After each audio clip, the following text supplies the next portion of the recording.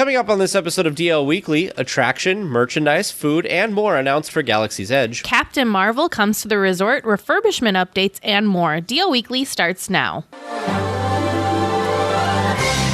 Welcome to DL Weekly, a podcast about Walt's original Magic Kingdom, Disneyland. We cover the latest news and information from the resort, test our skills at trivia, and have a discussion about the parks every week. We invite you to send in your feedback and stories. Our contact information can be found at dlweekly.net. Now sit back, keep your hands and arms inside the podcast, and enjoy this week's show.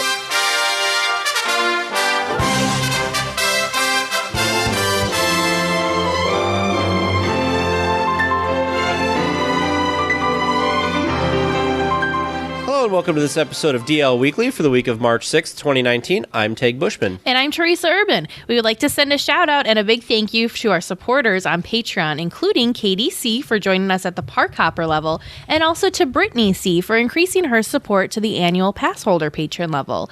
This support helps make DL Weekly possible. Our patrons get some pretty nice perks like access to our Discord chat, live show recordings like tonight's, some DL Weekly swag, and more. If you would like to learn more, head on over to dlweekly.net/support.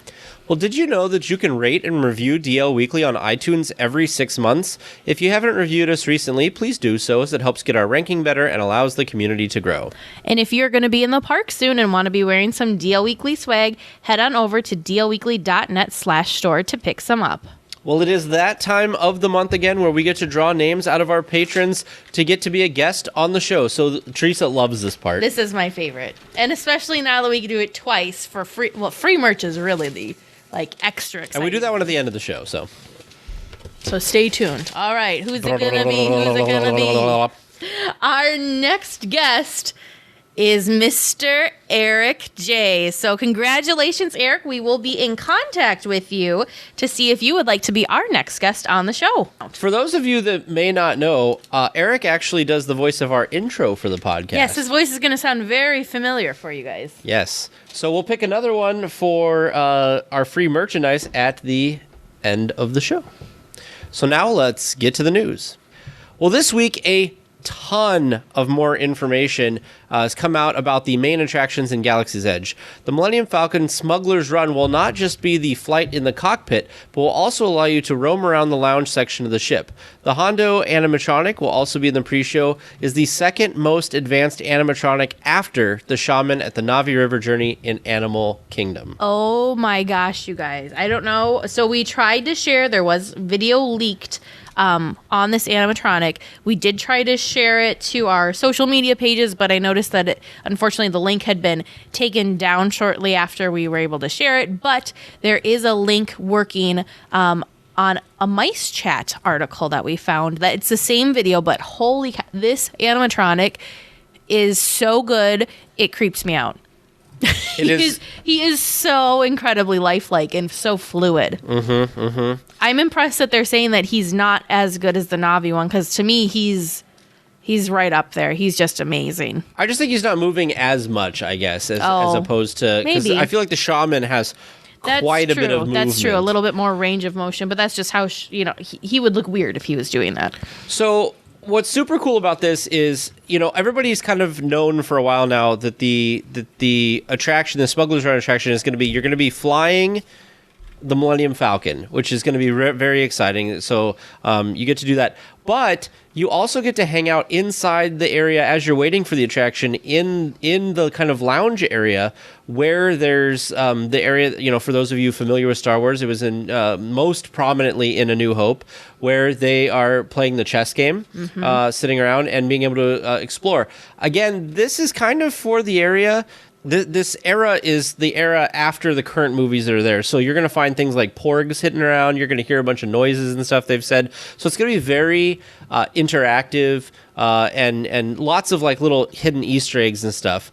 And then just the outside of this attraction, where the Millennium Falcon model is outside, just looks so amazing and detailed. I mean, even if you don't want to go on any of the attractions, if you don't want to wait in the lines, I wonder how hard it's going to be just to get a picture with the Millennium Falcon out in front. I feel like it's going to be probably more photographed than the castle even.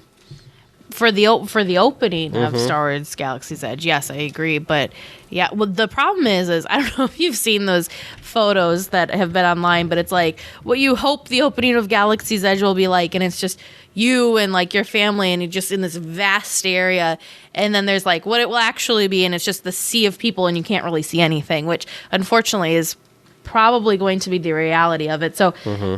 You're not going to be able, for the beginning, there's going to be a lot of people trying to get their photo in front of it, but I think it's going to be really tough. Yeah. But I'm really excited about this. One of the things that I read today in this article, because they released a stunning amount of details about these attractions. So if you don't want to hear spoilers, maybe you should not listen to this episode because we do cover quite a few details about the attractions.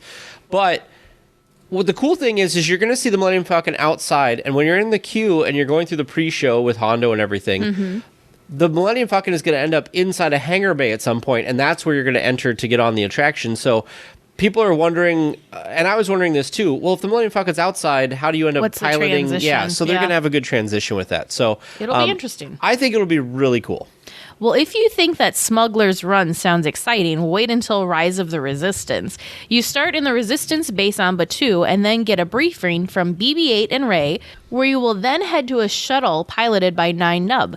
This part will be like a smaller version of Star Tours. The shuttle will be captured by a Star Destroyer. You will emerge in the hangar bay and be met by a legion of First Order troops. At this point, you will load into a troop transport and experience the attraction. So I can't believe how much stuff you do before you even get on to the attraction. The thing that makes me excited about this is they've really made the pre-show part of the entire attraction. Yeah. So I'm really excited by this because it seems like there's a lot of phases to this. It's not just wait in a queue, maybe have a little bit of pre-show, then get on and you're done. There's like phases to this, which is going to be super cool. So the idea that you kind of, you start in the base on Batuu, which is kind of cool because it's going to start outside in the kind of Galaxy's Edge area, and you're going to be inside the Resistance base.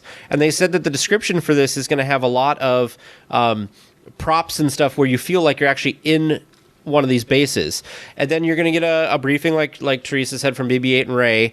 And then you're going to get on this shuttle, so it's going to be very kind of Star Tours-like, but simpler than a regular Star Tours.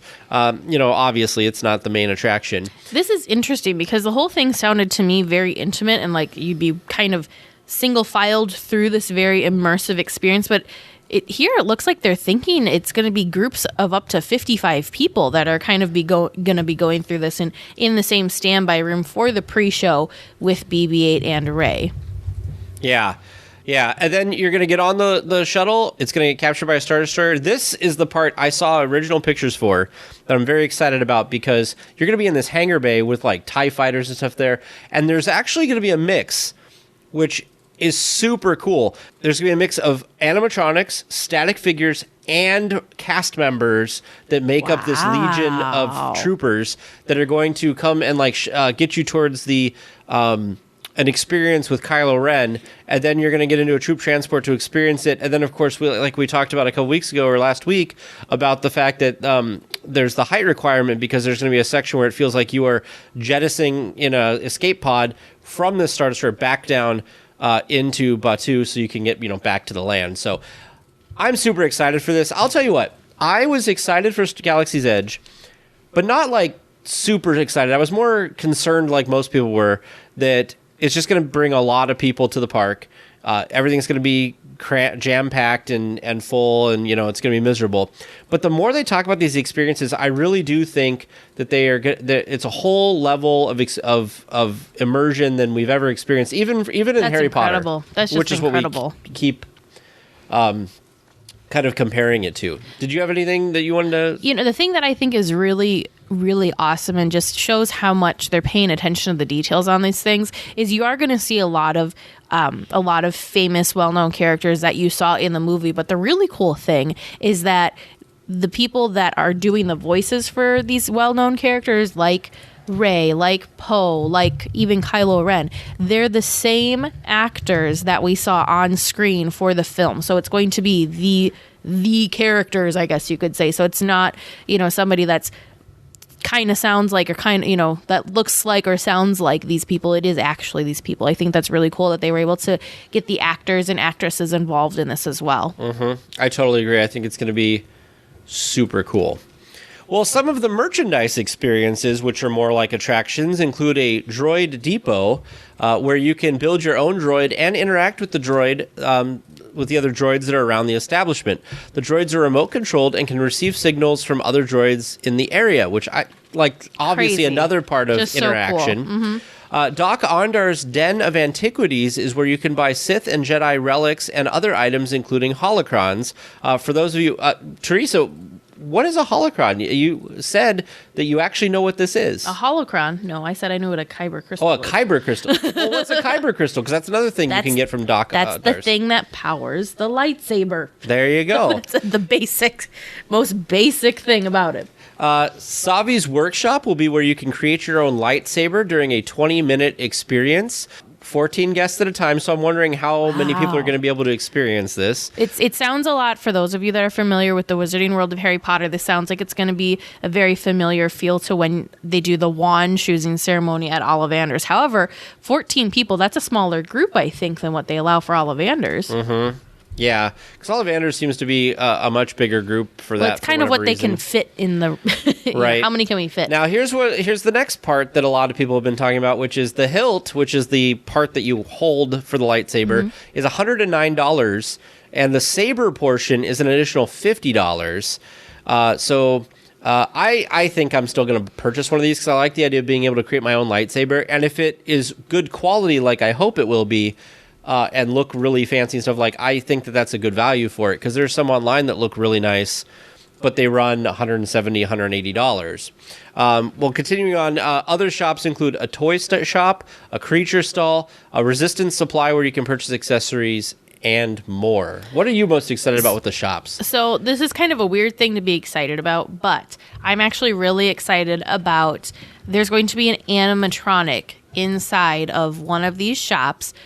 Doc Odnar is going to be in the animatronic. This is a very unique looking creature too, but this animatronic is going to be able to haggle with guests. So you can kind of go into the shop and interact with the shopkeeper. Basically, it sounds like they're going to react and respond to guests with varying responses, which it kind of depends on how much respect you show them. So I don't know. I just think it'd be interesting to just kind of watch it, because you know how amazing Disney animatronics are, and to be able to be that up close to one, and then to also be able to have the ability to interact with it and just kind of hang out and do what, I don't know. I just think that's going to be really cool. I feel like they've been going towards this for a while, because the first thing I think of when you talk about interacting is I think of Roz at the end of Monsters Inc., the Monsters Inc. attraction. Yes. Because Roz will actually talk to you and specifically point out things about you. So obviously somebody is there, coordinating the talking and stuff. So I think it's going to be very similar to that. And then, of course, again, like you said, the animatronics are going to be fantastic. So very, very exciting.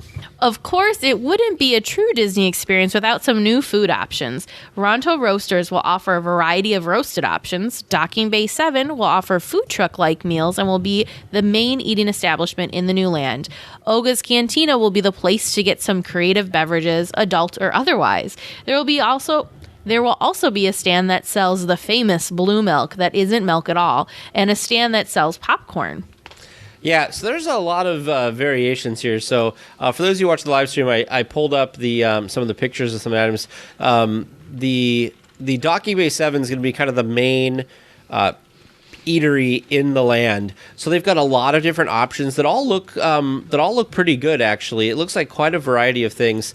And one of the interesting things, too, is, these things are food items that they're real food items. Theming them so they seem like they're other things, because obviously there aren't chickens and stuff in the Star Wars universe, so you're kind of adding that kind of stuff. So the other thing that I think is just so amazing and mind-boggling creative to me is there's things that it takes, ordinary, like this dish that we're looking at right now, it takes ordinary chicken, but they actually have it shaped in a different way, so it doesn't look like chicken. It doesn't just look like a chicken breast. It looks like, I don't know, almost like a brick. So it looks like it's a different thing altogether. So not only are they being creative with naming these things, they're actually making you look at these things and feel like it's something other than the norm, which I just think is really, really unique. Tip. So one of the sad things as I was reading about some of these, and I don't remember, I can't find it right now as we're doing the episode, but one of the items that they have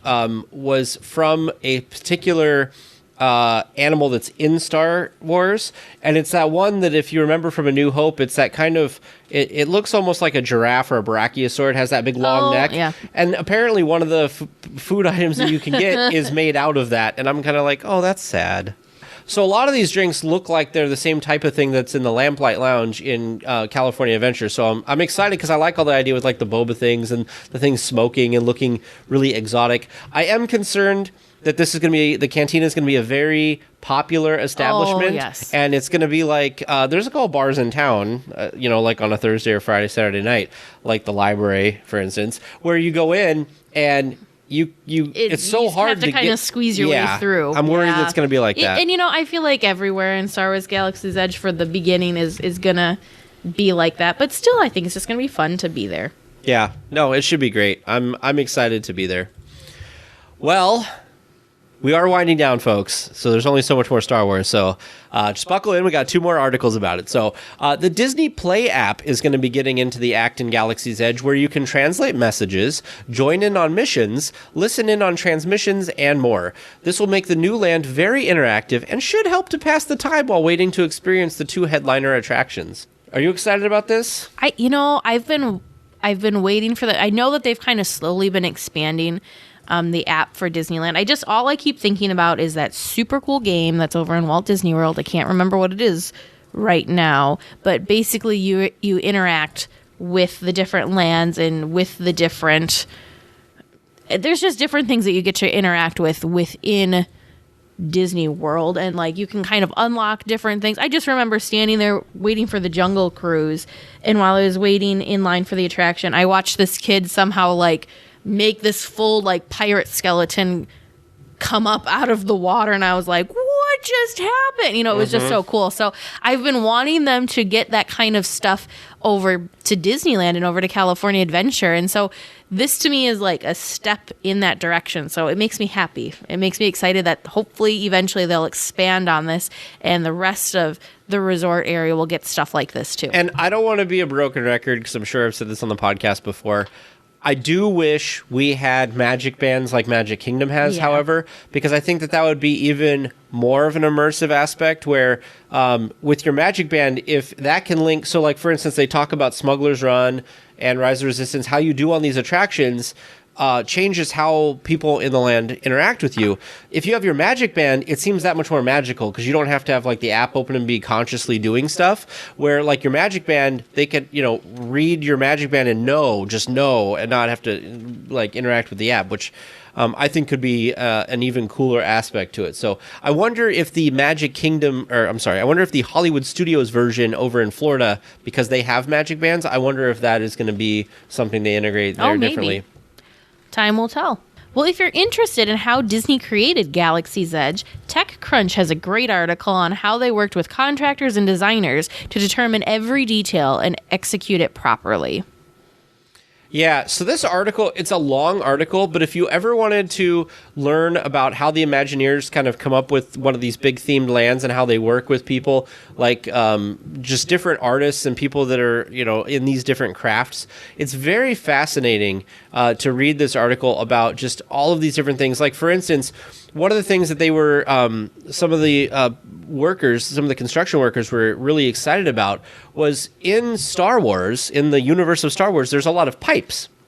And usually construction workers hide all those pipes because it's not something people want to see. Sure, yeah. So these craftsmen were able to install things like these pipes, in this one specific instance. I'm not saying like it's just pipes, but this was one of the examples they had was that these pipes get to be on display and people can bring their families who worked on this and say, I did that. And it's something that's normally covered up. So I think that that's super neat.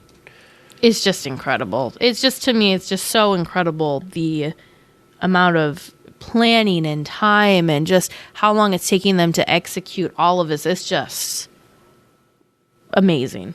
Yeah. Yeah, and the artistry, even if you don't like Star Wars, you have to admit that the artistry in this land is amazing. The fact that what they've created out of nothing, out of concrete and steel and paint, is really fascinating. Doug, as long as it's not sewage, no one wants that kind of immersion. Yeah. Oh. Yeah. Well, beginning later this month, you will be able to meet Captain Marvel in Disney California Adventure. She'll be making an entrance in the Armored Shield vehicle and heading to Hangar 12 in the northeast corner of Hollywoodland. Of course, the Captain Marvel movie is coming out soon, so I think it'll be exciting. I honestly don't know literally anything about Captain Marvel, Star Wars and superhero things are not my fortes, I guess we'll say. So yeah, I don't know much about this either, but I think it's just really cool to be able to see more, just more characters in the park in general is fun. And the fact that we have a female superhero that's going to be there too is kind of cool. So I don't know, something different. I love it. I am waiting for when Marvel Land opens, because obviously all of these characters will be there. Yeah. It'll be just kind of like Galaxy's Edge, where everybody's kind of there, and Marvel, all their characters will have their own spot there. So it's exciting. I'm with you. More representation by different characters, good thing. Yes.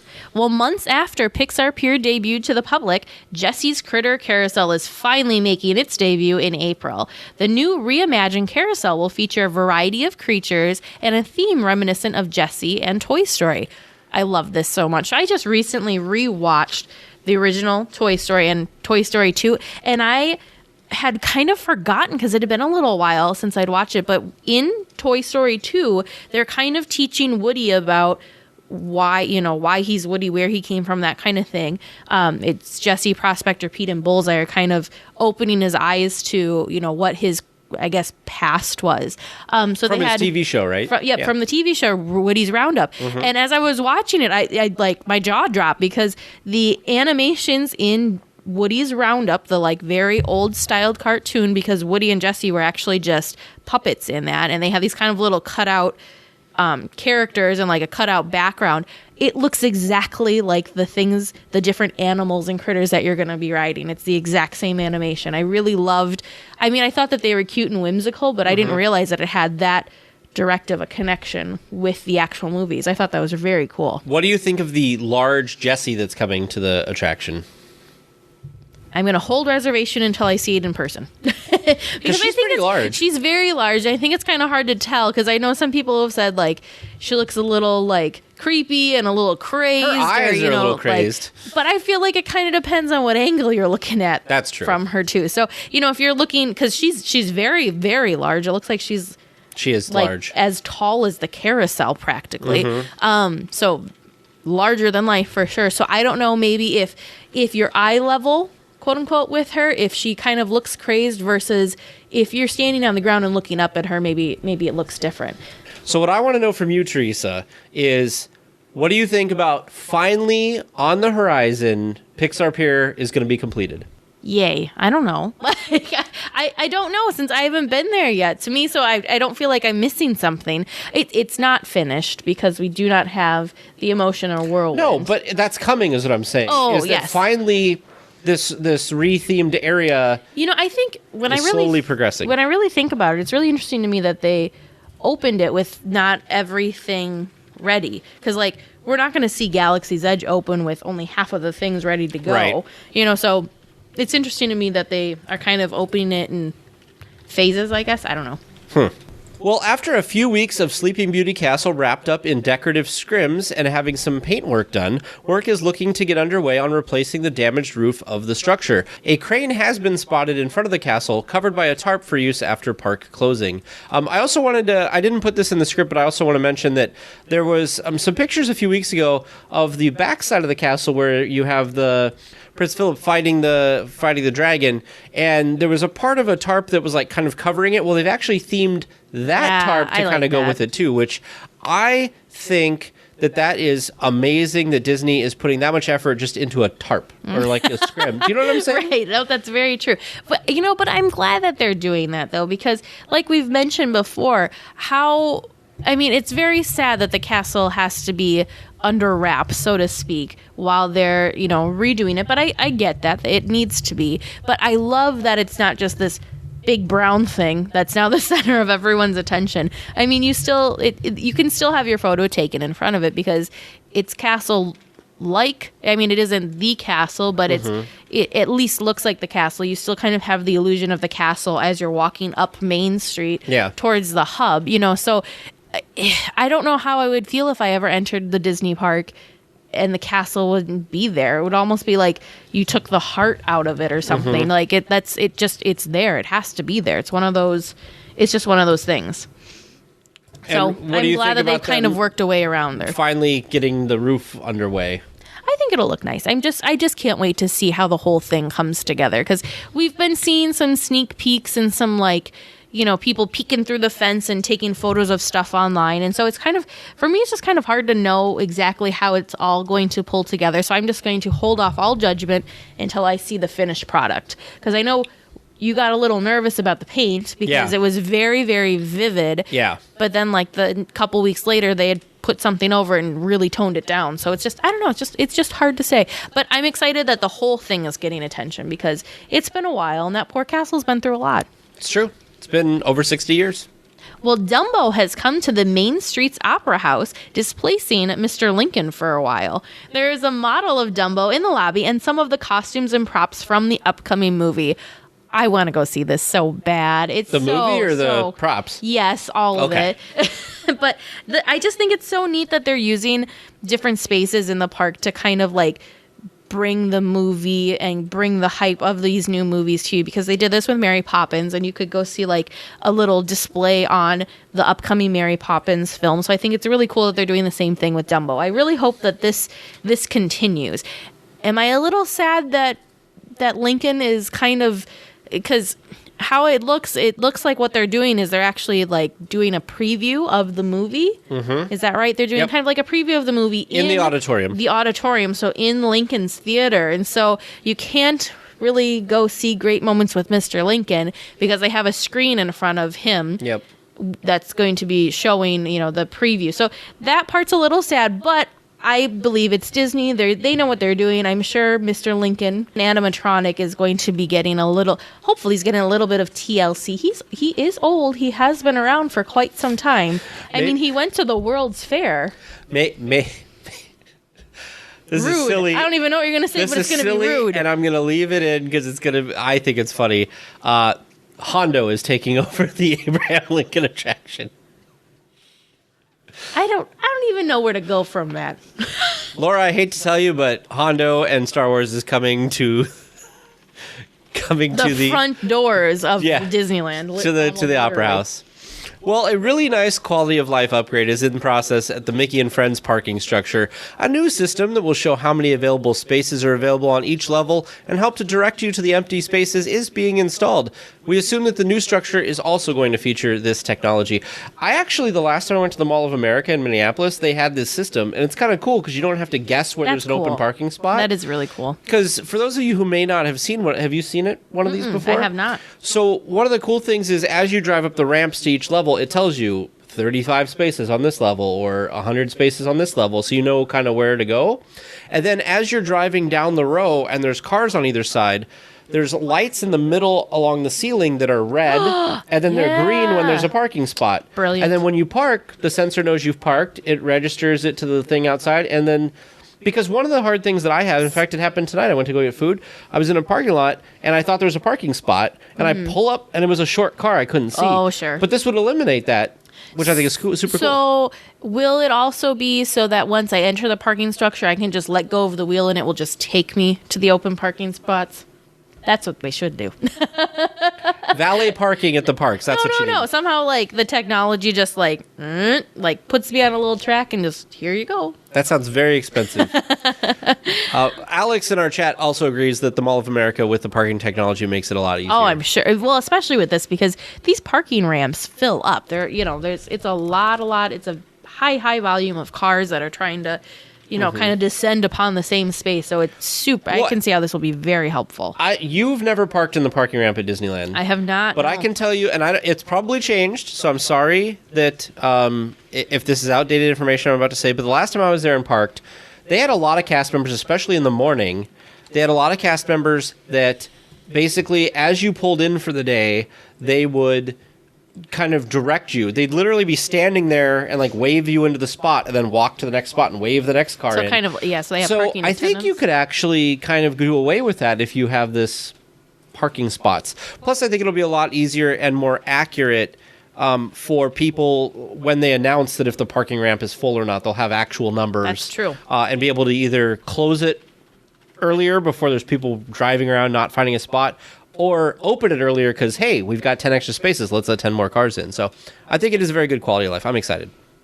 Well, a quick note to let everyone know that one of the best shows is returning this weekend to the Rivers of America. Fantasmic comes back from its refurbishment this Friday. Oh. I'm not even in the parks, and I'm so excited about this. I am very excited because we do have a listener that we know that is going to be there. So Alex will be able to enjoy Fantasmic when he is there. But is he going to watch Fantasmic? Oh, he will have to watch it, he just said, because I know that he likes to get on the attractions over and over again and doesn't do a lot of the other stuff. So watch Fantasmic, Alex. Alex, I would highly recommend Blue Bayou Dining Package. There's a couple of times that I've been to the resort and Fantasmic has either been down or it was during the off season, and so it was not running the nights that I was there. It is very sad for me when there's like a handful of things that I really every trip I want. The castle is one of them. I've not ever experienced the castle not being visible during a Disney trip, but Fantasmic is like a big thing for me. I always want to experience Fantasmic, and then there's a couple attractions. It's just really difficult for me to walk past those attractions and not be able to go in them if they're under refurbishment while I'm there. So I'm very excited. Haunted Mansion Pirates is another one that's really difficult for me to walk past and not be able to.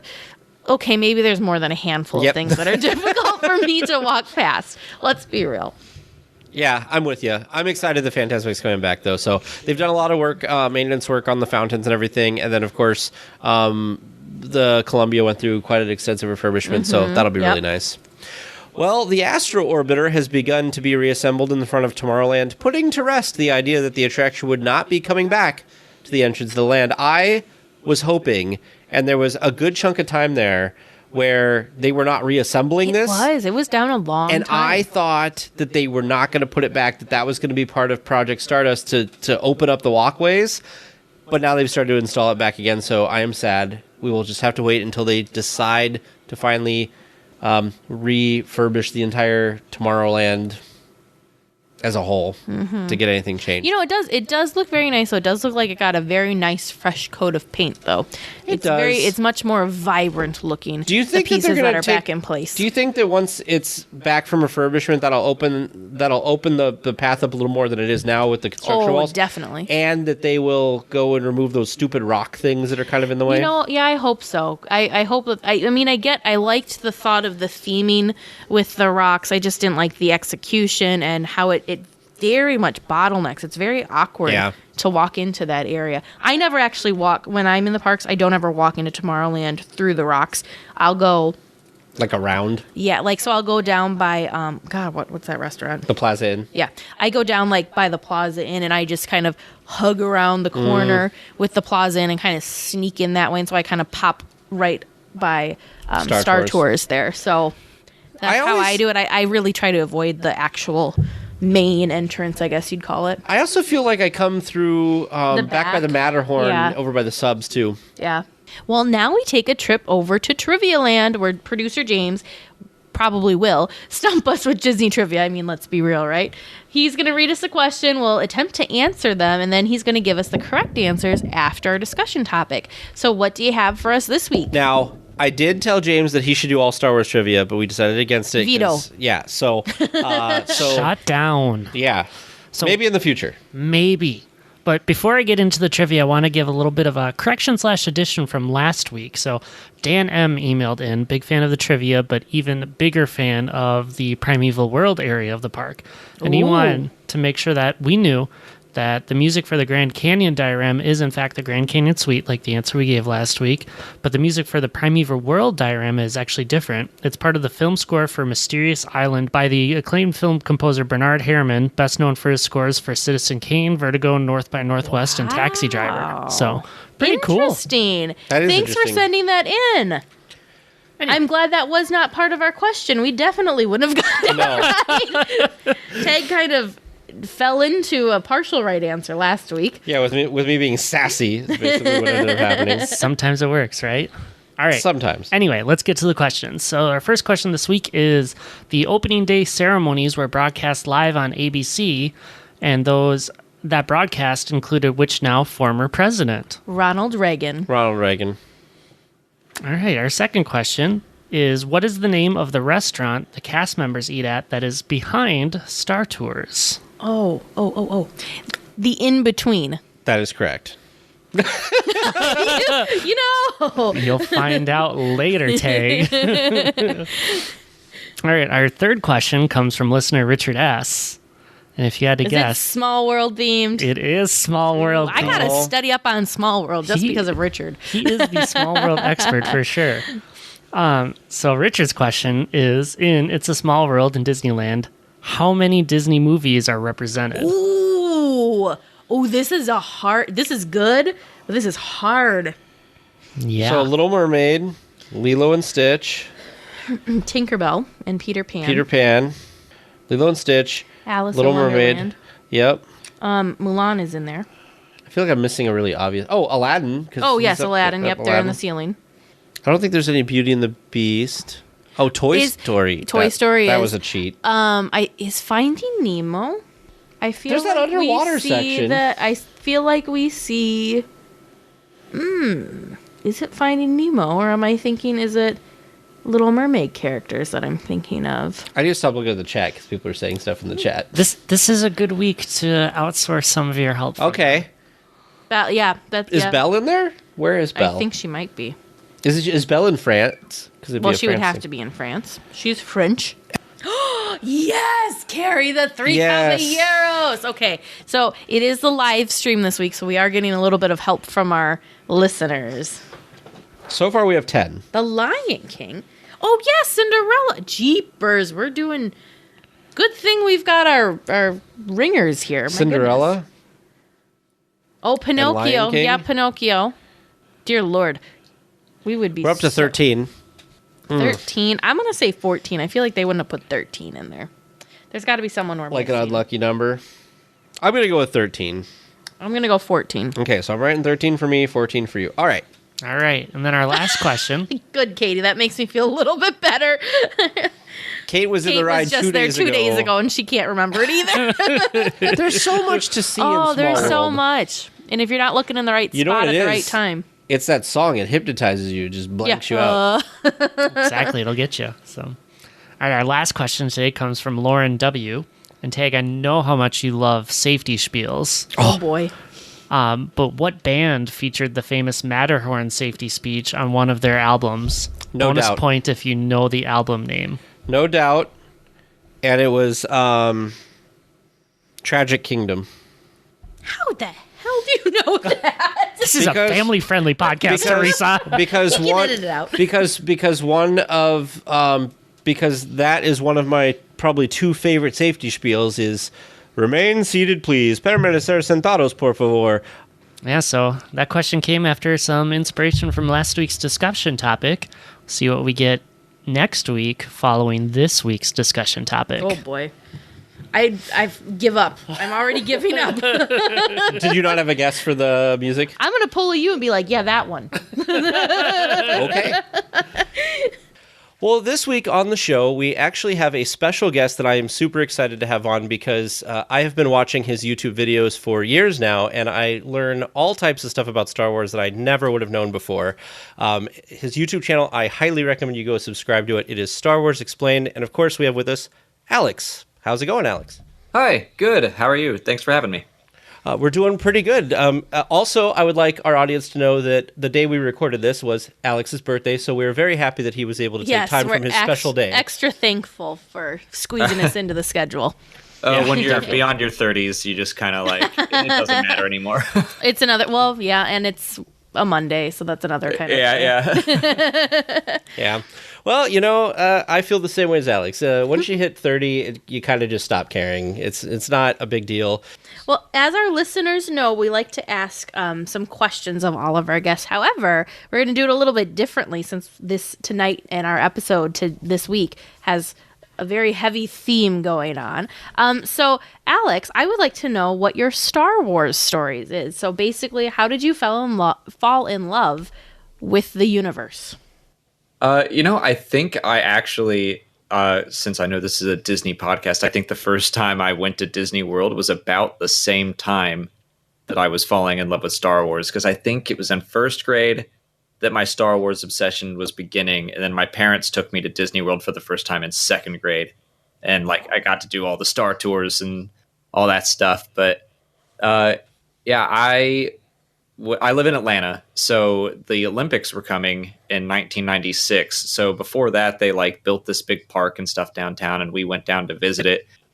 And for some reason, there were a bunch of people in costume down there. I don't know if it was Dragon Con, this local convention, which is near that park, or if it was just like people down there to take their picture for $1 or whatever. But there was a guy dressed in a really good Darth Vader costume, and he just caught my eye, and I was staring at him, and he like came over and was acting all intimidating to me, and he walked off, and my dad was like, yeah, that's Darth Vader, and he's like really strong, and he picks up a guy with one hand in the movie and he chokes him to death. And I was like, I think I need to see that. So we went home, and they had it taped on like off a TBS or something. So we just watched that, and I fell in love with it. Watched that tape until it broke, and then they bought me the 3-pack tape set, and that's pretty much how it went. So I think I was 8 when I first saw Star Wars. Wow. What kind of got you so in depth with it? Because, like I said earlier in your introduction, you have this channel that kind of is like the encyclopedia of Star Wars information in video form on YouTube. What kind of got you going from just seeing Darth Vader to being this like expert on the Star Wars universe? I guess that started when I got into the books, and that was Shadows of the Empire was like my first big boy book. It had like 300 pages. It was crazy big for someone in 4th grade, but me and my friend were playing the video game on the N64, and so we got the book and the comic. We read the book together, and then we started to read all of the books. We got all those like essential guides to vehicles and weapons and aliens and planets, and I just ate all of that stuff up. I remember there was a Star Wars encyclopedia that was huge, and I checked it out of the library, and I would just flip to a random page and read something, and then like in the description for whatever that was, it would talk about something else, and I was like, I have no idea what that is. So I'd flip to that page and I'd read about that thing. And it was basically just going down like a Wikipedia rabbit hole before Wikipedia existed. So that's just how I started to learn all that information. And I don't know why, I've always loved trivia. Like all of my obsessions, I just, for whatever reason, can remember this stupid, useless stuff. And I like doing it. So I guess before I even started the channel, I already mentioned Dragon Con. They have an annual Star Wars trivia competition, and I would compete in it, and I would always do okay. I'd never really place, and every year I'd be like, I'm better than this. I should study more. And one year I was like, okay, I'm really going to study this time, and while I do it, I'll make some videos that'll help me retain all this information. And as I was doing that, people started to follow along and subscribe, and so that's how that all happened. That's fascinating. It's kind of like, kind of what happened with us with the podcast is we both love Disneyland, so we kind of just started doing something that we loved and enjoyed, and of course there's other people that love and enjoy the same thing, and you end up getting this whole community based around you. Yeah, just talking about what you love, people are going to find you and want to talk with you. So for those people who may not know, so is this like your full-time gig now? It is. It has been for about a year. Oh, that's awesome. Good for you. We're Thank still you. working. We're still working on getting to that point. We would love to just be able to not work, do podcasts, and go to Disneyland. And pretty soon you're going to be in a position where you could go to Star Wars. So that's pretty cool. Just live in the Star Wars Galaxy's Edge. I'm gonna try. I'll try to live there. You've been to the Magic Kingdom a couple times. So when you enter the Magic Kingdom, which way do you go? This is a typical question that we normally ask. Did you go towards Adventureland or Frontierland or through to Fantasyland or over to Tomorrowland? I've always been kind of a sci-fi fantasy kid, so that's where I would always head. And I don't remember. I've been to Magic Kingdom once, and it was in second grade.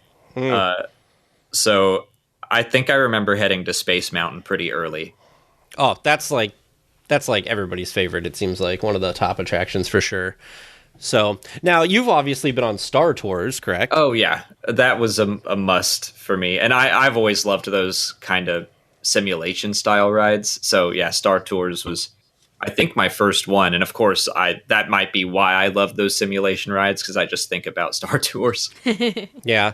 So obviously you enjoyed Star Tours. You thought it was a good additional piece of Star Wars for you.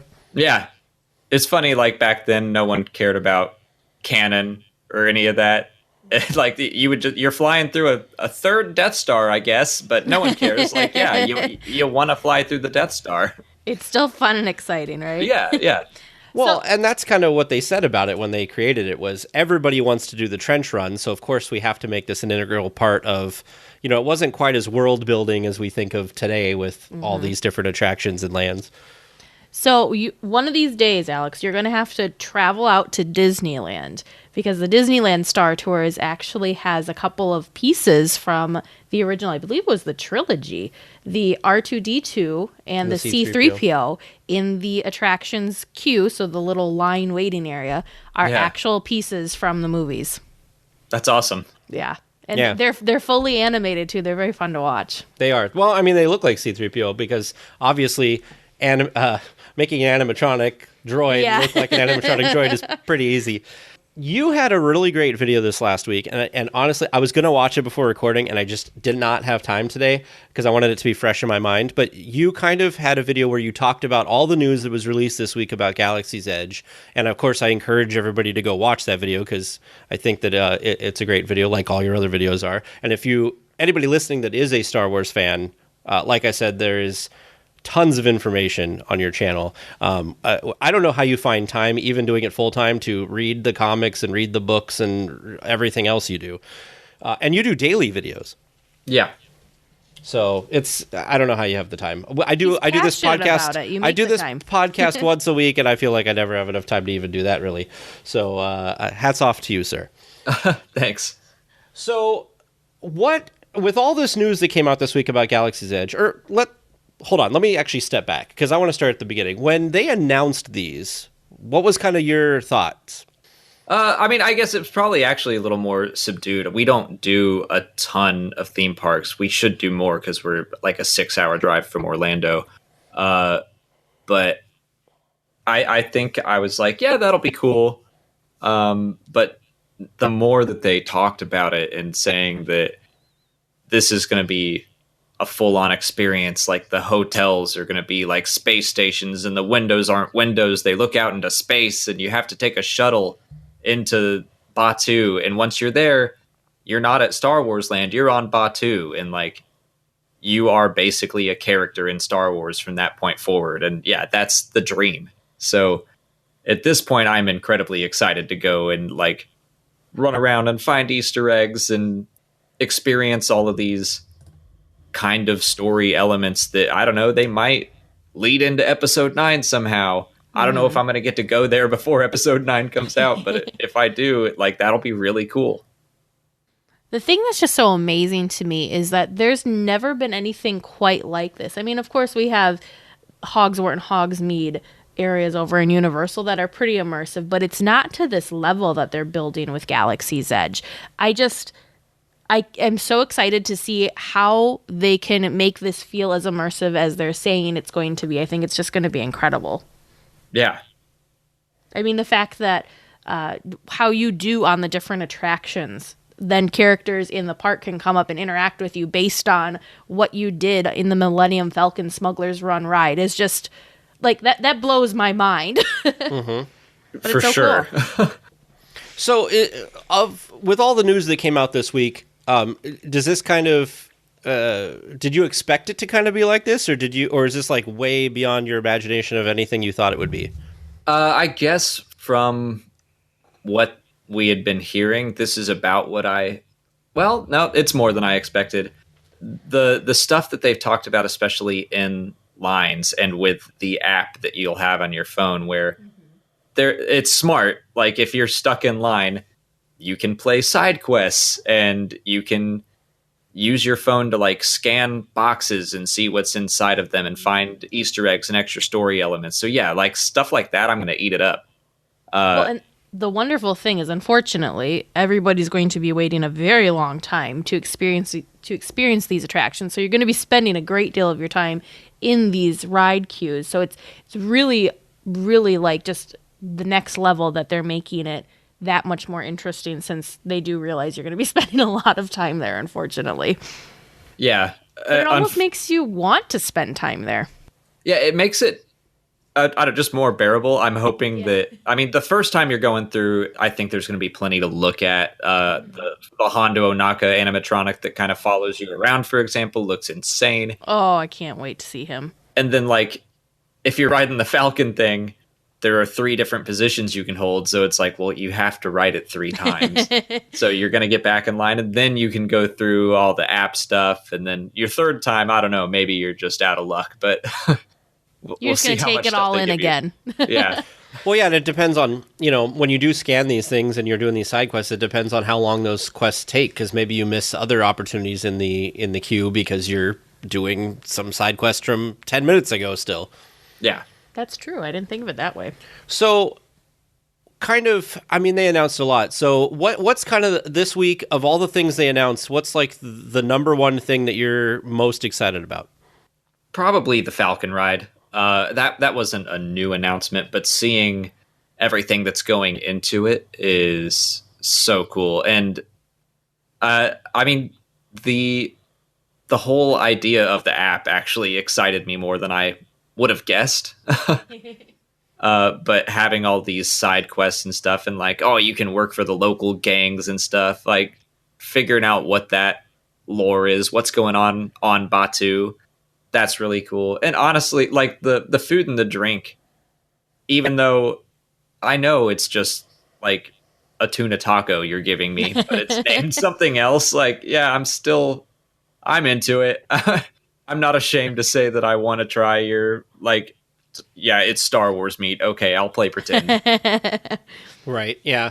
I was reading all this news and all this stuff. There was one article I was reading today that was like, oh, it's fried chicken, but it's obviously they don't have chickens in the Star Wars universe, so it's going to be called something else. So I don't know. I kind of like that theming. What is your thoughts? Because this has been a controversial thing that I've seen this week. Is what's your thoughts on the Disney Imagineering department basically turning merchandise locations into attractions in and of themselves and basically making a profit off of everybody?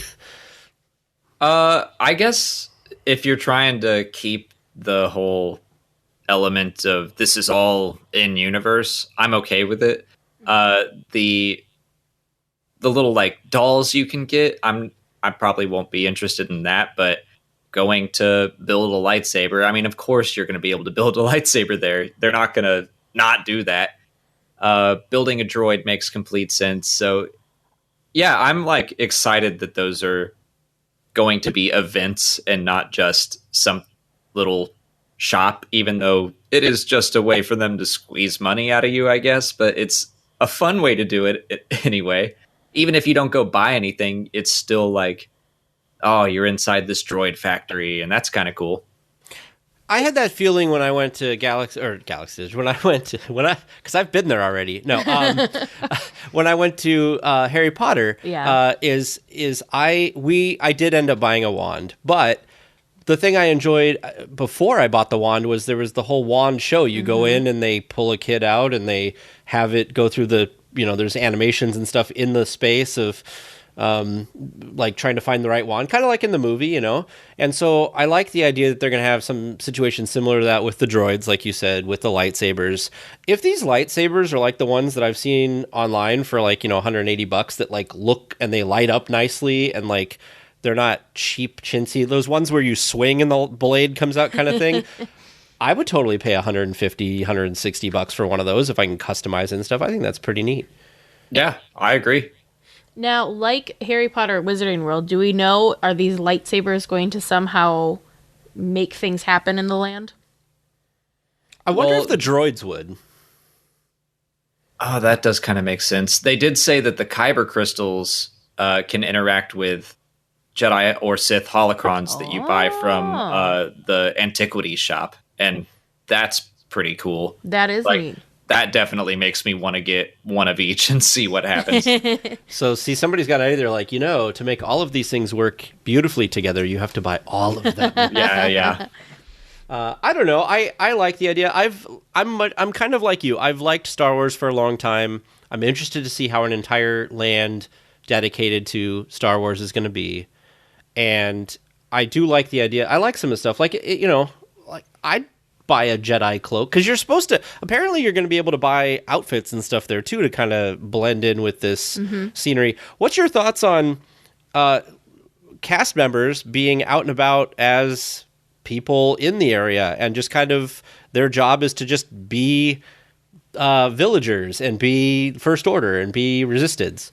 Oh, that's so fun. And I like that they kind of got into this in the interviews that came out, but they're getting around people who might go up to them and kind of test their Star Wars knowledge, like their knowledge of the galaxy. So, like, I don't know all that much about Batuu, and I'm not going to until I'm at the park. It's popped up in a couple books. We're going to get more books and comics and stuff. But for the most part, if you were to just, like, hit them with Star Wars trivia, they'd be like, oh, that's way out in the core, and I don't know. I haven't heard about that, and it's fine because, like, they're out in wild space. They wouldn't know that. They're just humble villagers. So I like that they kind of got around that in a creative way. That's super interesting and really quite brilliant because otherwise these poor cast members were having to sit there and just, study. Well, they did say that some of their cast members, that like their seasoned Star Wars cast members, they were like, okay, you got to tone it down a little bit. That's great. Well, when Alex stops making Star Wars Exclaim videos and he's in one of the parks, when he's moved down to Orlando and is at the at the Hollywood Studios version, working one of the shops there, answering everyone's trivia. Yeah. So for those people who don't read the books and they're only aware of the movies, do you think that some of these aspects are going to be kind of harder to grasp? So, like, for instance, the animatronic we've seen of Hondo, I feel like the average person that has watched just the movies, they're going to have no idea who this is. Yes, I think that's true. And honestly, I will be very honest, I did not know who he was until they started introducing, that he was going to be a part of Galaxy's Edge. So then I kind of read up a little bit on him. But, I kind of, being a not super big Star Wars fan and not knowing all of these things, I kind of like that it's different. It's not just C-3PO and R2-D2 or BB-8 or, the ones that everybody knows. It's a different aspect. And I kind of really like that, personally. Mm-hmm. Yeah, I think he's a pretty happy medium where he has been in books and 2 of the animated series. So he is very familiar to the hardcore fan. But it's pretty easy to grasp what he's all about if you're a newbie and you're going into the ride for the first time. He loves to talk about himself. So it's going to make perfect sense if he's just explaining exposition in the line. Like, it's going to be hilarious to people who watched him in the show, and it's going to be helpful to the people who've never met him before. So it's kind of a brilliant choice. I didn't think about that because I've seen both the animated shows. I saw the Clone Wars and Rebels, which he was in both of those. And so like I'm familiar with him. I've also just started reading the second Thrawn book. I got the audiobook because I had watched your video talking about these books because I love Grand Admiral Thrawn. And so that's kind of Batu shows up in the second one of these books. So if people are kind of interested in learning more about the place where this land is set, would you say that that's probably a good place to start? Yeah, that's a great place to start. I mean, they straight up go to the cantina, and like you can order the drinks that they order. Also, there's actually a book that just came out in January. It's called Pirate's Price by Lou Anders. It's more of a younger reader book, like a middle school age book. Nice and short, but it is all about Hondo, and it feels like it's setting up Galaxy's Edge very well. Like, it gives you the backstory behind Hondo's attraction, pretty much. Wow. Nice. You know, that's really amazing to me. So again, not knowing much outside of the movies, it's really cool how they've kind of been building Galaxy's Edge now for a while, and they've kind of been spreading it in different parts and different pieces, or it's just, I feel like this has been planned. There's no way that this is just all perfectly falling into place, right? Yeah, I mean, for someone who reads everything, it's been a little bit much. Like, when it happened in Thrawn Alliances, I was like, okay, this is cool. Like, I get that they're trying to build up hype. But now, recently, I don't know, it's like Batu's popped up a lot. And I'm like, you already sold me. I'm going. Like, it doesn't have to be in every story. Let's talk about something else now. So maybe you could explain to some folks that may not be familiar, but kind of when they are coming up with stuff for the Star Wars universe, there's kind of they have to like coordinate, don't they? Like, can you kind of explain to people who may not know, like, kind of how the Star Wars universe is set up and who kind of controls the storyline and where things go, and kind of give like an overview, I guess, if that makes any sense? I could try. I'm honestly pretty hazy on it. Like, there's a group of people at Lucasfilm called the Story Group. But they're, from what I can tell, their main job is to just make sure that whatever is being written doesn't really super contradict something else. I'm sure that obviously there's some marketing directive to build stories around Galaxy's Edge.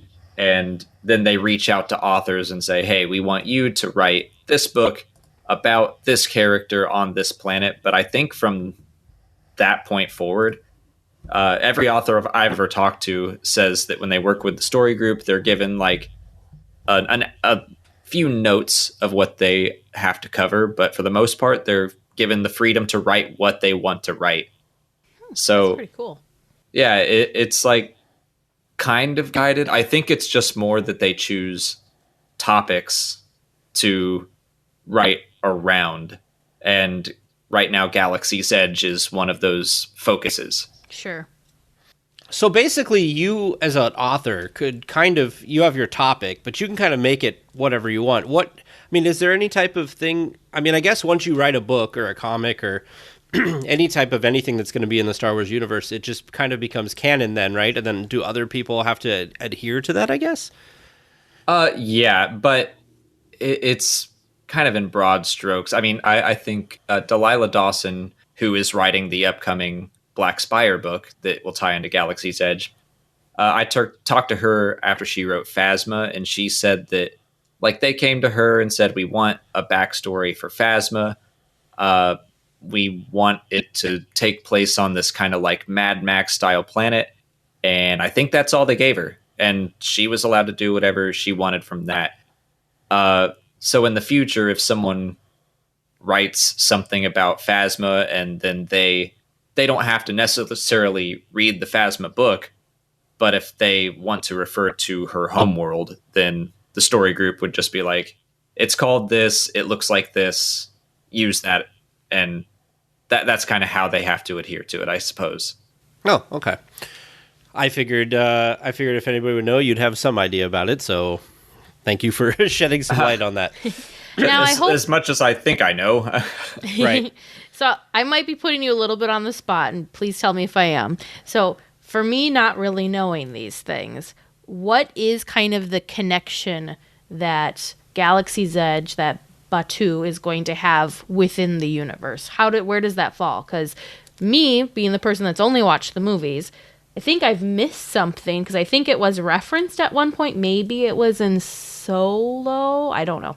Anyways, I'm not going to pretend that I know that. But, it's not a planet. It's not tattoo. It's not something that we're used to. It's not Tatooine. It's not Hoth, whatever. So kind of, can you explain to me how this kind of fits into the whole story? Sure. The planet itself was not referenced, but the Antiquities owner, I think his name is Doc Ondar, he was referenced. Okay. Oh, no, it was referenced. You're right. L3 said that Lando couldn't navigate his way from Vandor to Black Spire without her help, and Black Spire is on Batu. So, yeah, you are correct. Wow. Teresa is in shock right now. I am. I'm like, what? So it's this planet that's on the very edge of the known explored galaxy. The First Order rose to power out in the completely unknown regions, and the Resistance is from the more known area. So it's kind of like a halfway point where the First Order can meet, the Resistance can meet, and smugglers can meet. So it's just a way to get like every possible faction into one planet, so we can kind of see everything. Okay. Yeah, it's kind of a trading post. It's just like a little bit of everything, but we don't know exactly how it's going to play into other stories. We probably won't until they start releasing these new books and comics that are going to tie into the park, and then the park itself, it sounds like, is probably going to vaguely tie into episode 9. Like, I don't think it's going to be anything where you're going to have a huge leg up if you made it to the park before you see episode 9. But if you see episode 9, you'll be like, oh, that kind of might tie into what we saw here. I think it's probably going to be minor stuff. That's still very interesting. Well, the conversation James and I have had about this a lot is because we compare it, and you've probably heard this comparison, not on this show, but out in your conversations with folks, that Galaxy's Edge is kind of Disney's response to the Wizarding World of Harry Potter, with like a whole land themed around one intellectual property that's very immersive, et cetera, et cetera. And the thing that we kind of always come back to is that people that are Star Wars fans, especially movie fans, that are not just Star Wars universe fans, but just the movies, with Harry Potter, everything kind of fits. Everything that happens in most of those movies happens at Hogwarts, or happens in Hogsmeade, or happens in Diagon Alley, and those are the 3 places they've created. Mm-hmm. When you go to Galaxy's Edge, there are things that I would think would be super cool to see, but they didn't build a Death Star. Like, the Death Star would be something super cool to experience. I guess you're going to get a little bit of that in the Rise of the Resistance traction. You do get the Falcon, which is good. But, like, there's no Tatooine, there's no Hoth. Like, all of these iconic places that I think that some people, like me, I'd love to go see Hoth or what, it'd be kind of cool. This is something totally new just for the parks. I guess how do you feel about that? Or like, is this the best way that they could do this? Or do you kind of miss the fact that like they could have done, a piece of a Death Star or something like that? I guess from my perspective, I applaud that they are going for pure immersiveness, and there's no like, oh, now we're going to teleport you to Hoth. Although I guess if they could have maybe had you hop in a shuttle or something. Yeah. But that's just another line. It would be really cool to see Hoth, but I think that you touched on this with the Rise of the Resistance thing. Like, if you've seen the inside of one Imperial structure, you've seen them all. Like, so you're going to be inside this First Order Star Destroyer, and it's going to be basically like being in an Imperial Star Destroyer or the Death Star. So you are going to kind of get that stuff. And I think you'll probably get that rebel base feel when you go over to where the resistance is at. Like, I think they're trying to get you a taste of everything, but yeah, nothing. It's still all new technically. Yeah. So. Yeah, I think I agree with you that I think it is the best of all the worlds that they could kind of put together in one place. Now, the other thing that's been talked about with this land is that this is supposed to take place, the time period of Galaxy's Edge is right after The Last Jedi. Is that right? I don't know if it's right after, but it's sometime in between The Last Jedi and Episode 9, and we don't even know what the time jump is going to be. I think there are rumors that it'll be a year in total. Okay. So you're probably, if they want to stay thematically correct, you're not going to see Darth Vader walking around Black Spire. You're not going to see Luke Skywalker. No, yeah. So what happens to all those people? I mean, do you think they're just going to leave those people, in Tomorrowland next to, Star Tours? Yeah, probably. The other thing, too, is merchandise. The merchandise that you're buying in Galaxy's Edge is very immersive. So, like, the stuffed plushes are not going to be your standard plush animals that you get other places. These are going to look like they were, like, handmade by the villagers and stuff. So they did a really good job, I think, with thinking all these things through, because for the merchandising side of it, you can still then keep your Star Wars, your other Star Wars themed kind of more, how do I want to, like, the things that look like you could get it off the shelf anywhere. You can still sell those over in Tomorrowland, whereas these very specific, very themed merchandise items can only be done there. More in-universe kind of feel. Mm-hmm. Oh, for sure. So is there anything coming to Galaxy's Edge that, or how about this? Is there anything not coming to Galaxy's Edge that you wish was there, just based off of all the news that's been released, I guess? So I really like the Falcon, and I look forward. I really can't wait to sit in the turrets of that thing and shoot TIE fighters. But it's always been kind of my dream to fly an X-Wing. So if they were to develop some sort of kind of like the Avatar ride, the flight of the, what's it called? Flight of Passage. Yeah. I'm trying to remember what those creatures are called, but I'm not Avatar explained, so it's fine. Banshees. Not Avatar explained. I like it. I would love to get in the cockpit of an X-Wing at some point and fly that around. Even if it's like an on-rails thing, I think that'd be awesome. Ooh, Alex, cool. the X-Wing fighter pilot. Mm-hmm. What would your call sign be? I'd probably just go with Red 3. He's my favorite character is Big Starklighter, and that was his call sign. So I've got his helmet. I'd bring that down with me. I'd slap on a fake mustache and hop in the cockpit. Now, so you just brought up something that I didn't even think about, but I should have, is I remember going to see the Star Wars movies in the theater, like every time they come out, right? And opening night, there's always people in like full costume and everything.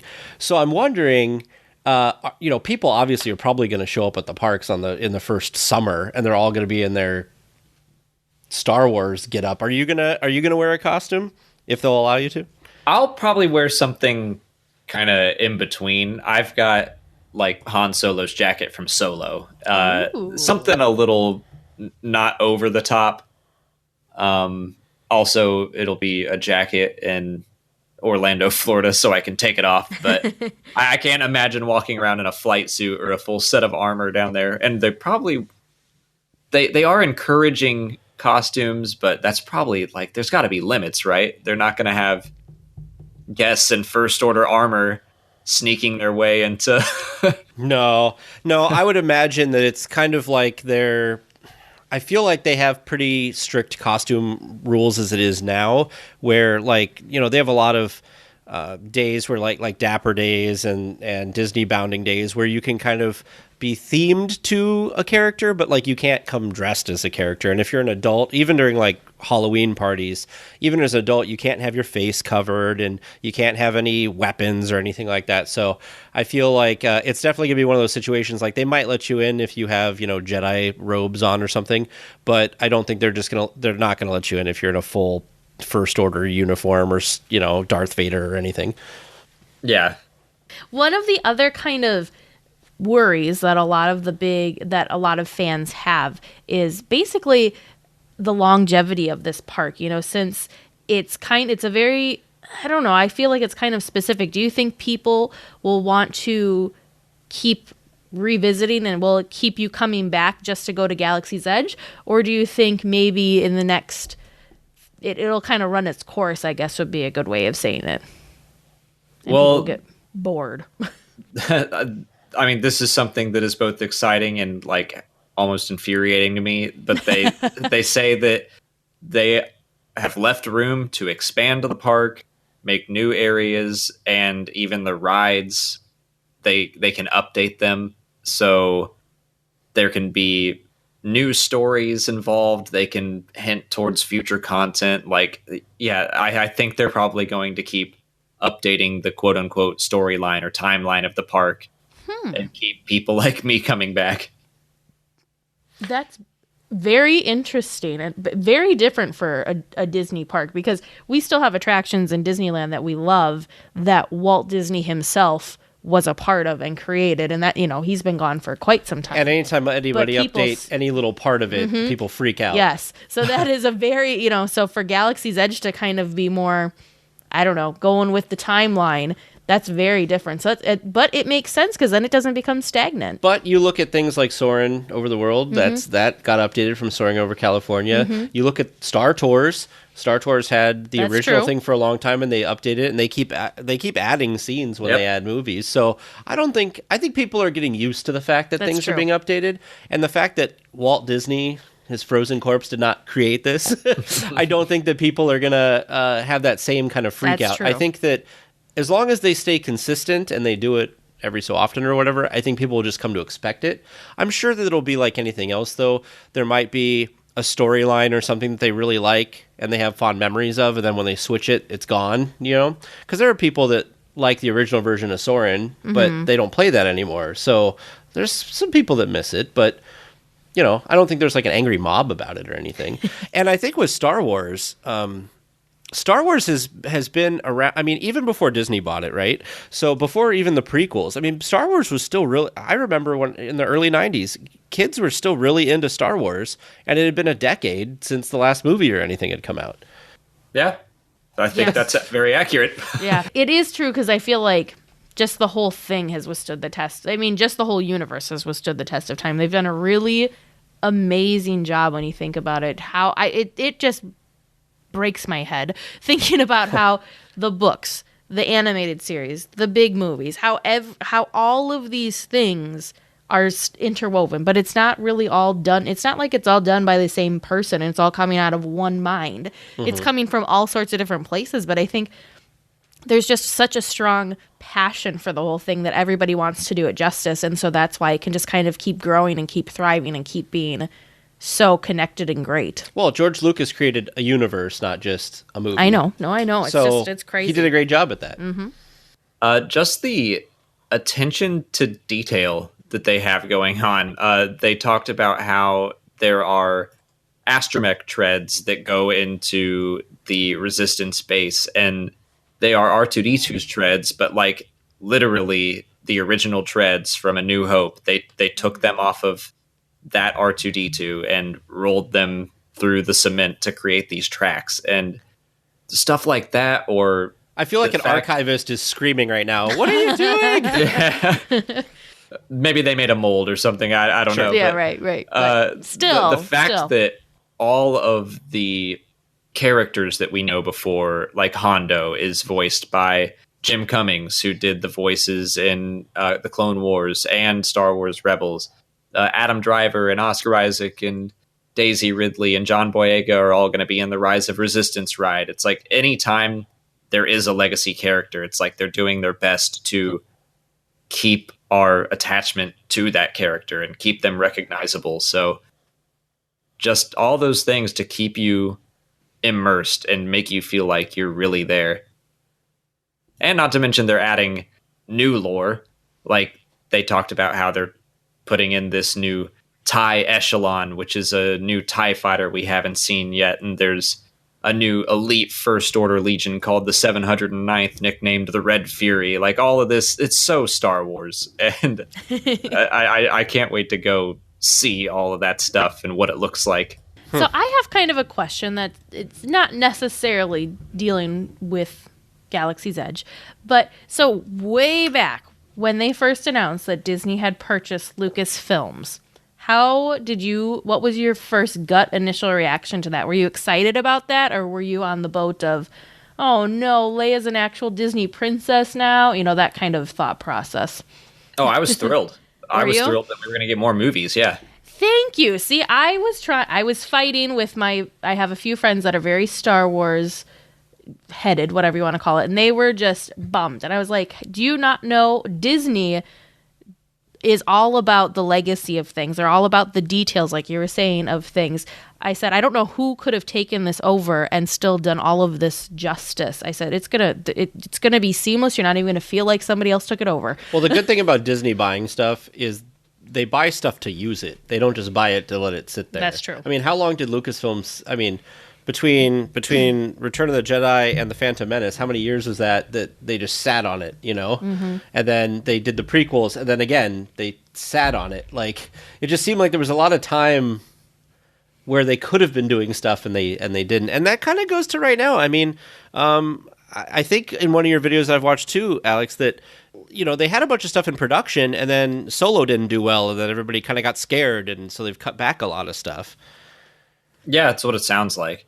I mean, I'm never someone to be worried about something new coming. Like, some people will say that, the newest thing ruined the old thing, and I don't see that at all.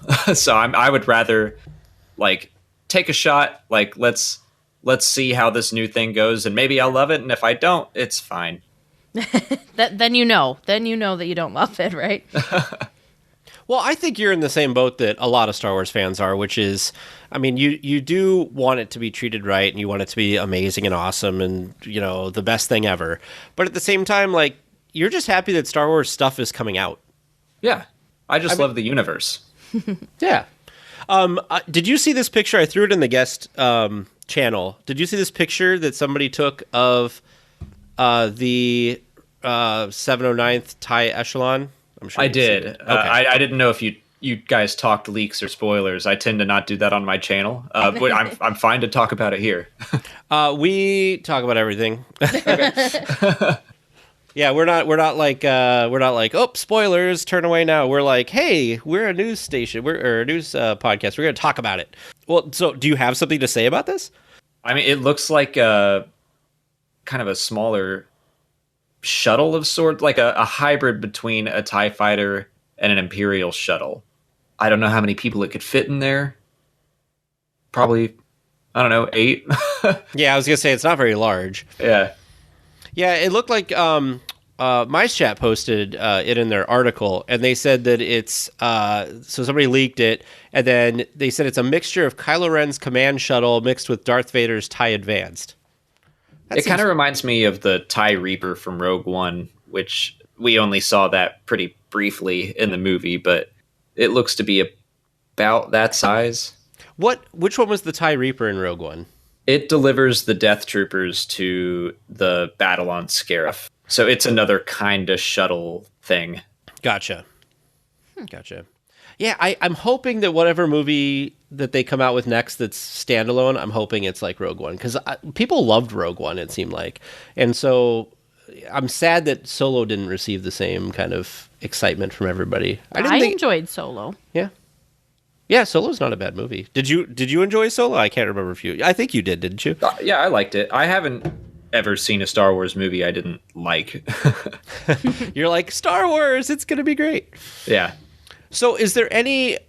with all the food and beverage coming, is there any particular food and beverage that you're particularly excited about? I'm excited to order some of the alcoholic drinks. They look so fun. I just want to chill in a cantina. Yeah. I'm hoping that they have... with DJ Rex. Yeah, that's a great touch. I'm hoping that they have the atmosphere like the cantina did in A New Hope, because, like, I think that is one of the most iconic scenes from Star Wars, and everybody, I think, knows it. Yeah. Plus that catchy music. I'm sure that'll be on rotation in there somehow. You know, one of the things that I'm really excited to try, for whatever odd reason, and I never really thought about it, but the blue milk. I'm really excited to try the blue milk for whatever reason. I am relieved it's not actually milk. Oh, yeah. No kidding. That would be awful. That would be so awful. Well, they were saying that, like, because especially in Florida, you're in, like, the Florida heat. Yeah. Nobody wants to be drinking milk. No. Well, and then you don't want to have to be sitting there making sure it stays cold before you serve it to people, because I'm sure it's going to be at some of the outdoor vending carts. Mm-hmm. So, as we kind of wrap up here, so are you going to be there, like, at opening of this new land? I will probably do everything I can to try, but I don't know. Who knows? Yeah, well, I feel like you got to do it for the channel, right? Yeah, I want to. I do want to. I want to be one of the first people there so I can, like, find all the Easter eggs. Like, I already know all the videos that we can do, and it's also going to be stressful trying to get them all done, but Right. I want to go down there and report on it, because, like, I try to report on every canon story that we get, and so this is a new canon story, and I want to talk about it. Well, now here's the next big question. Well, Disneyland's version is actually opening first. So are you going to try to make it out to California to see that, or are you going to wait for the Florida version? I'm probably going to wait for the Florida version, but then I'll get the hotel and all that. So That might be the smarter way to do it, because everybody will kind of get, there'll be a huge wave descending upon Disneyland. Whereas there'll still be a big wave descending upon Walt Disney World, don't get me wrong. But with it being the second opening and not the first, it might not be as crazy. I mean, that's a very generous term, because it's going to be nuts either way. Well, I mean, even you might not have to be standing outside of the park for hours and hours and hours to get up and find out that the park has reached capacity and you're not allowed. Well, how many years has Pandora been open and they still have crazy nuts. lines? Yeah. And that's Avatar doesn't have nearly the following that Star Wars has. It's going to be nuts. So, from your community of viewers of your videos, what's kind of the reaction from the Star Wars community of this new land? it seems overwhelmingly positive. I haven't seen people trashing it or anything. So if people that listen to this and have, for whatever reason, never seen you on YouTube or anywhere online, how can people find you online to watch your content and learn more about Star Wars?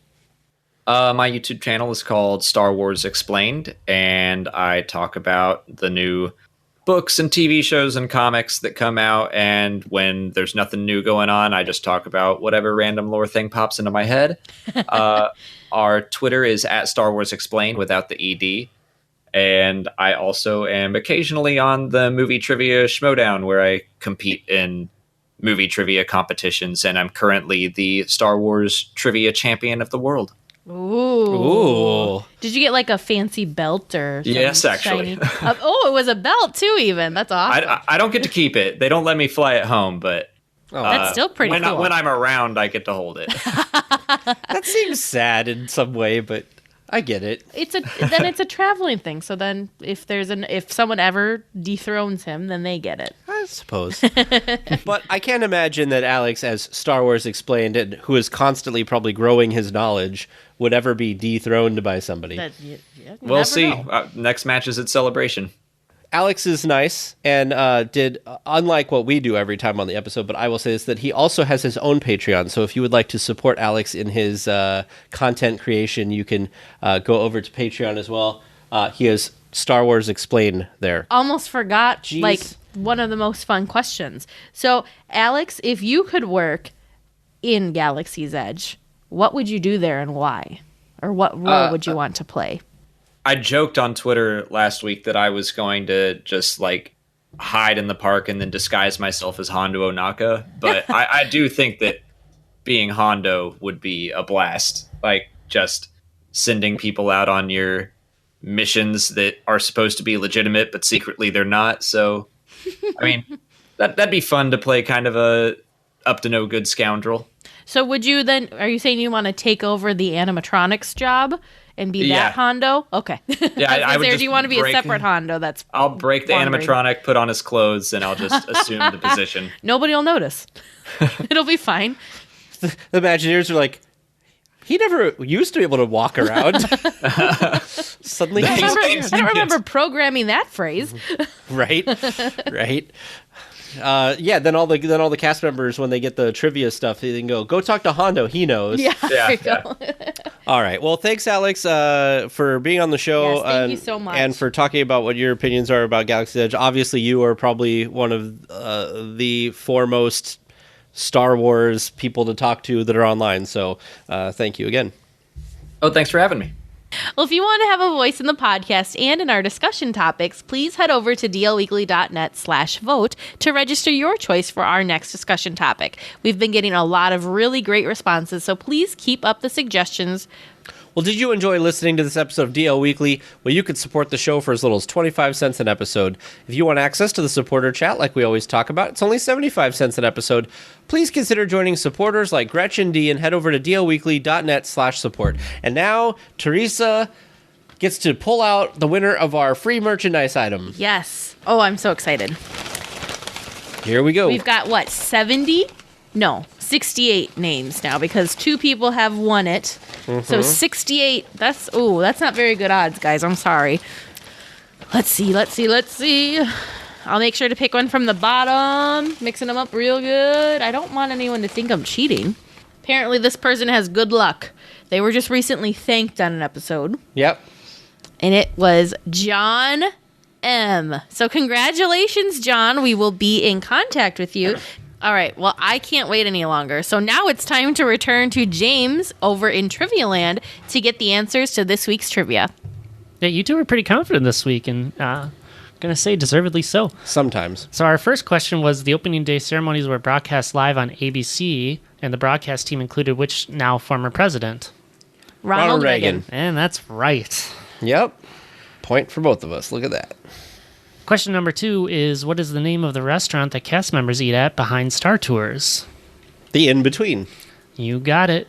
The In-Between is the largest eating facility for the staff, and it serves cafeteria food 24 hours a day. Third question from Richard S. was, in It's a Small World, how many Disney movies are represented? I said 13. And I Teresa went with said 14. 14. And you both overshot it. It says Disney incorporated 37 new characters. Okay, Alice and the White Rabbit from Alice in Wonderland, Peter Pan and Tinkerbell from Peter Pan, Cinderella and Jacques and Gus from Cinderella in France, Pinocchio and Jiminy Cricket added to Italy. In the China section, you got Mulan and Mushu from Mulan. In the section in the Middle East, you got Aladdin, Jasmine, and Abu from Aladdin. In the Africa section, Simba, Pumbaa, and Timon from The Lion King were added. In the South America section, we'll see characters Donald Duck, Jose Quiroga, and Panchito Pistoles from Three Caballeros. South Sea section added Ariel and Flounder from The Little Mermaid. The characters of Lilo and Stitch from Lilo and Stitch were also added are the characters of Nemo and Dory. And finally, some of the last characters to be added to It's a Small World in the North America section were of Woody, Jessie, and Bullseye from Toy Stories 1 and 2. 12. I counted So 12. Whew. All right, James. So, All right, moving on. Our last question came from Lauren W. Oh, yeah. What band featured the famous Matterhorn safety speech on one of their albums? Bonus points if you know the album name. No doubt. Tragic Kingdom. No doubt about it. Tag knows that one for sure. And that was both correct? Both are correct. So I got a bonus point for that one? You get a bonus point. Boom. Woo! Does Teresa get a point because she said ditto? You dittoed my in-between. Technically. I knew that it was called the in-between. Well, if you're so confident, maybe you should have waited and let her sweat it out a little bit. Clearly, I need some better trivia questions, so if you want to help me out like Richard and Lauren did this week, you can send me an email at trivia@dlweekly.net, and then you'll get your answers and questions featured on the show, hopefully stumping TNT. Well, we'll be back next week with more Disneyland news and information. So until then, go out and enjoy the parks. Before Galaxy's Edge crushes it. Ladies and gentlemen, Disneyland has now ended its normal operating day. We hope you've enjoyed your visit to the Magic Kingdom and that you'll be back with us again soon.